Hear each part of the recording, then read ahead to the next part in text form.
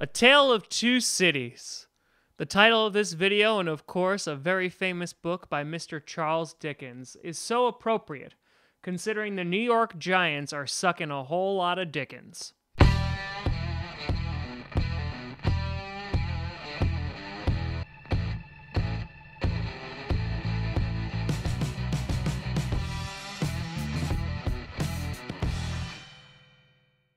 Grossi Posse Packer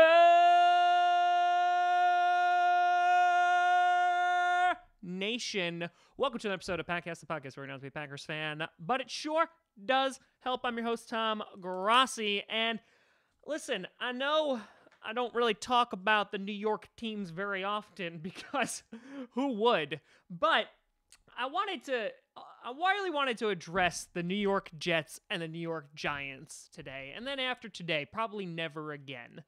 But I feel like the crazy blockbuster trades and signings that have gone on yesterday with Odell Beckham Jr. being traded to the Browns, and of course the Jets picking up and signing Le'Veon Bell. I want to address both of these things and kind of just look at the status of both of these teams, considering I am basically in New York. I'm surrounded by both of these fan bases, and they've both sucked for quite some time, but the Giants have always been like, ha ha ha, we have like these 2 Super Bowl rings that we've had within the past 15 years, and the Jets are like, butt fumble. So I kind of wanted to reassess the rankings here and really dive in deep to what the hell is going on with the New York Giants. Before we get into that, though, just want to remind you, if you wanted to pick up a Patcast shirt, we got merch after 4 years. Head on over to bonfire.com/Patcast. The link is in the description. You can pick up a wonderful t-shirt, women's tee. You could pick up a hoodie, which I know I will be getting multiple of, and then you could also pick up a jersey tee if you like as well. Even a long sleeve, I believe, is in there. Bonfire is a fantastic company that I partnered with. Really enjoyed the quality of their product. They sent me a sample beforehand, and again, this will just be a limited time run. Thank you for those who have already bought it. It really means a lot that people out there will be wearing my merch besides the Grossi Posse stuff. So check that out if you're interested on bonfire.com/Patcast. Also, a big shout out and thank you to the new Patreons who joined after yesterday's episode. A big thank you to them. If you want to support and get some really cool rewards, head on over to patreon.com/TomGrossiComedy. It is much appreciated. Now, let's get into this and we'll talk about the somewhat good first. Let's talk about the New York Jets. And yes, I realize that that's probably the first time that the word good and Jets have been used in the sentence besides the Jets are not good. Because the Jets are getting there. I wouldn't say they're good, but they're getting there. And now some of you may be coming into this channel and being like, hey, Tom, didn't we take you into overtime? And you know what I would respond with that? Hey, how's it feel to be the only team we beat on the road last year? Got him. The New York Jets signed Le'Veon Bell for a rumored contract, $52.5 million for a 4-year contract. At 27 years old, Le'Veon Bell is a 3-time Pro Bowler since the 2013-2014 season. He's leading the categories for running backs in touches, in yards per scrimmage. Just ridiculous. The guy is an all-around athlete and a terrible rapper. I want to make that very clear. The guy is amazing at football and is one of the most gifted athletes I've seen on the field. He can run, he can catch, but he cannot rap. Le'Veon, please stop. Signed everyone. Now, Le'Veon Bell, obviously, you will recall from last year, especially if you drafted him fracking first in fantasy, that he sat out the entire season, and because of that, gave up $14.5 million for not playing for the Steelers, as they franchise tagged him for a second time in a row. Le'Veon Bell obviously was very upset about that. Maybe that's why he's making a rap album, just to punish the Steelers. Huh.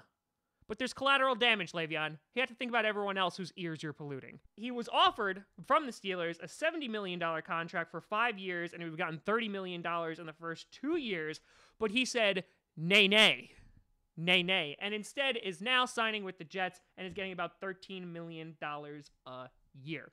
Now, some of you are laughing at him and being like, haha, you took less money after all of that. But, at the same time, he also prevented an Earl Thomas issue. And while obviously Earl Thomas has been signed for pretty good money by the Baltimore Ravens today, he got away from an injury. He got to heal up for a year and make another terrible rap album. I'm sorry, this is the last time I'm going to mention it. It's bad. It's really, really bad. Listen, we're used to laughing at the Jets and, and Adam Gase, whose eyes are all over the place. But, this is a great signing for them, and it got him for a pretty damn good deal. It's a surefire thing. Le'Veon Bell's a phenomenal player. Unless something catastrophic happens or the Jets are going to Jets, he's going to do very well for them, especially behind Sam Darnold, who has shown definitely flashes that guy can play. So I think that's a good thing. They also shored up that defense a little bit, getting a little linebacker action with C.J. Mosley, a phenomenal player from Baltimore. They actually paid him more money than Le'Veon Bell. So I think this is an absolute phenomenal deal for the Jets. They win on all sides of this. They now have their franchise, or what they hope to be their franchise quarterback, and they have their franchise running back, who they are going to have for the prime of his career. Now, they do need a number one wide receiver. They got Jamison Crowder from the Redskins, and they're potentially getting Josh Bellamy from Chicago, but they still need a number one guy. Robbie Anderson, who put up some decent numbers last year, is good, but he ain't the number one guy. I wouldn't be surprised if they somewhat address that in the draft, whether it's a second round or later. But they're at least they have the pieces there. And it's similar to the Browns scenario, and this was quoted a lot yesterday, that if you have your franchise quarterback, everything else kind of just falls into place, because that is obviously the most important position. And once you have that locked down, then you could start plugging up all the other holes and not worrying about the guy who is taking snaps from under center. And so that's what the Jets are currently doing, and I see them definitely on the way up. Do I think that they're going to be competing for playoffs next year? I think that might be a little bit of a stretch. It depends on what they do in the draft. I mean, even Anthony Barr turned them down. That's just funny. Maybe he didn't want to hear Le'Veon Bell's rap. Okay, I'm sorry. That was one more time. But I think overall the Jets are further along in the rebuilding phase than a lot of people give them credit for, especially now that they have the two main positions on offense locked down. And then let's head on over to MetLife Stadium on every other Sunday, when it's blue. Because the Giants, God, what a disaster. I mean, it's bad. I knew it was bad when I was looking at the Odell Beckham trade, but then I really got into it, and it's real, real bad. You guys could have the toaster if you want to take a bath with. You need it more than I do right now. But let's first, of course, address the elephant in the room, and that is Le'Veon Bell's rap album. Who thought this was good? What agent signed off on this and said, yes, you should put this out for human consumption? I thought in the Geneva Conference they banned chemical warfare. Why are we doing this to people? Last night, Odell Beckham Jr. was traded to the Cleveland Browns from the New York Giants for a first-round pick, which is the number 17th pick, a third-round pick, which is the 95th pick, and Jabrill Peppers, the safety, who's like, okay, not lighting the world on fire. And if you look at that right on paper, that's terrible. None of that, no, ignore everything else. No part of that deal makes sense in that you're not getting at least, what? They're good. The Browns' good third rounder? Like, the Browns are sitting on another third round pick that's earlier than the 95th pick, and the Giants didn't even get that. They didn't even get that. So there's that.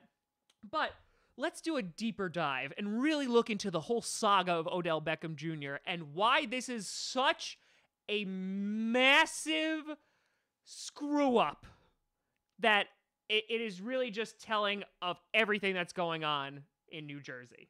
Now, back in August of 2018, Odell Beckham Jr. signed a 5-year, $90 million deal extension with the New York Giants. Crazy, right? I know, it feels like so long ago, but yeah, that thing happened, making him the richest wide receiver in the NFL. Obviously, they had an up and down season, mostly down. Basically all down, except for Saquon Barkley. He's great. And then, lots of rumors started swirling around is Odell Beckham Jr. going to leave the Giants? And me, attempting to be a rational person and use logic, my mistake, was like, no, why would they do that? They just paid him a boatload of money. Well, on February 27th of this year, and if you're keeping track at home, that's about 2 weeks ago, their good old GM, Dave Gettleman, said, we didn't sign Odell to trade him. That's all I got to say about that. Just like a Forrest Gumpian that he is.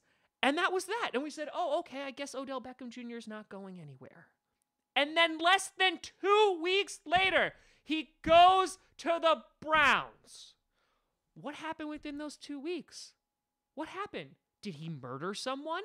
Is there a tape that's about to emerge with Odell Beckham punching a nun in the face? Or is it something even worse? Did he feature on Le'Veon Bell's terrible rap album? Who knows? But if nothing comes to light that they are like massively covering up something, like that he lost his left leg and he's just faking people out with prosthetics right now, I don't get it. Because you take a look at what he's leaving behind, he's costing the Giants $16 million this year for not being on the team. 16. And so there's that financial burden that they have to deal with. In addition, they let Landon Collins walk away. Now you might be thinking, Tom, the Redskins signed him to a ridiculous deal. A ridiculous deal. He set the trade market for safeties, and everyone was like, oh crap, he's a lot of money. They could have franchise tagged him. So even if they had the rights to him, they could have turned around and traded him, because obviously people were willing to spend an ass ton of money on him. But they didn't do that either. So Gettleman is obviously under a ton of fire right now, which makes a lot of sense considering he's costing the Giants great players and a crap ton of money. Now, let's give Gettleman the tiniest bit of credit. Jerry Reese, who is their former general manager, good God, could not draft to save his life. Here's a stat for you. From 2007 to 2015, the 2007-2015 draft, the Giants have one player left on their team from all of those drafts. From 8 years of drafting, one, and it's a long snapper. Yup, a long snapper. So obviously, you can't put like all the Giants' woes on Gettleman. You can't do it, right? However, he hasn't helped his situation since he's come in. He came in December of 2017. Since then, he signed Nate Solder, the big old offensive tackle from the Patriots, and made him the highest paying offensive tackle in the league, and he had the worst season of his career last year. Now, that's not all on Gettleman, obviously, but that doesn't help. In addition, they spent another $15 million on a guard who they wound up cutting halfway through the season. So there's a whole bunch of money that is down the tube. In addition, last year traded Eli Apple, their former first-round pick, for a 4th and a 7th from the New Orleans Saints. Eli Apple then went to go and have a pretty damn good season with the New Orleans Saints. Now, I can't completely fault him for that because, you know, we've done the same thing. But even on top of all of that, you may be thinking, Tom, but the one bright spot is Saquon Barkley. Man, what a player. And I would agree with you. What a phenomenal player. He's a great, great player. Guy is racking up yards. He's running like a bull. Fantastic. However, you take a look last year at the draft, and the fact that they picked Saquon Barkley when they had all these QBs on the board, and considering that Eli Manning is 38 years old, and this year is going to charge them $11.5 million, and that's just his base, maybe, you know what, you give up Saquon Barkley to get a quarterback. Because remember the little saying I said before about if you get a franchise quarterback, everything else just kind of fits together? For all of you that are saying, Odell Beckham Jr., he's immature, he has outbursts, he has tantrums, he kicks nets that come back and hit him in the face. It's still funny, it never won't be. I agree, right? Like, the guy's got some growth to do. If that's ever going to happen, who knows? But the fact is that the guy is an exceptional talent. And if you don't have to believe me, just look at the freaking stats. With OBJ, the Giants were 25-34, which you're like, oh man, that's not that great, Tom. Without him, they're 6-15. So obviously, the guy is making the team better. And that's saying not much because they suck either way, but at least he's making them better. And again, You already paid him a crap ton of money. At least if you franchise tagged him last year, then you wouldn't be out a whole lot of money if you were going to release him anyway or trade him anyway. It doesn't make any sense. And so you look at this, you have an aging quarterback. I'm sure they're going to have to get a quarterback in the draft. But even if they get that quarterback, right? Running back, they got him. They got Saquon Barkley. Excellent. Wonderful. Wide receiver, it's okay. Kind of have an okay tight end. They don't really have a defense anymore. They don't have the pass rushers. They let Landon Collins walk away. It's going to take years to rebuild this team. Because besides Saquon Barkley, who is going to literally die because he's going to get 9,000 touches per game, what do you do? What do you do with this team? And again, it's not even just all these mistakes that we've talked about. It's Gettleman's judgment. The fact that it is so short-sighted and it's so sporadic and inconsistent. Any one of those words that I just said is not what you want to have as a general manager. I leave you with one other thing. Right now, Odell Beckham Jr. for the next 3 years under the Browns is going to get $47 million in the next 3 seasons. That is less than Sammy Watkins. So again, please explain to me why you are trading this man. And again, who knows? Maybe he did something so terrible, so awful, that will be revealed within the next few days. Unlikely, though. So I think we can all admit that Saquon Barkley is a monster. But without an offensive line, a QB, a defense, and a big wide receiver threat, the biggest monster on the New York Giants right now is their general manager. But let me know what you think down in the comments below. You can always find me at TomGrossiComedy.com, TomGrossi Comedy, at Tom Grossi Comedy on all the social medias, including Patreon, Twitter, Instagram, and the Facebook. Check out Patcast on SoundCloud, iTunes, Google Play Music, and of course here on YouTube. Thank you so much for watching. I'm Tom Grossi. And as always, go Pack Go.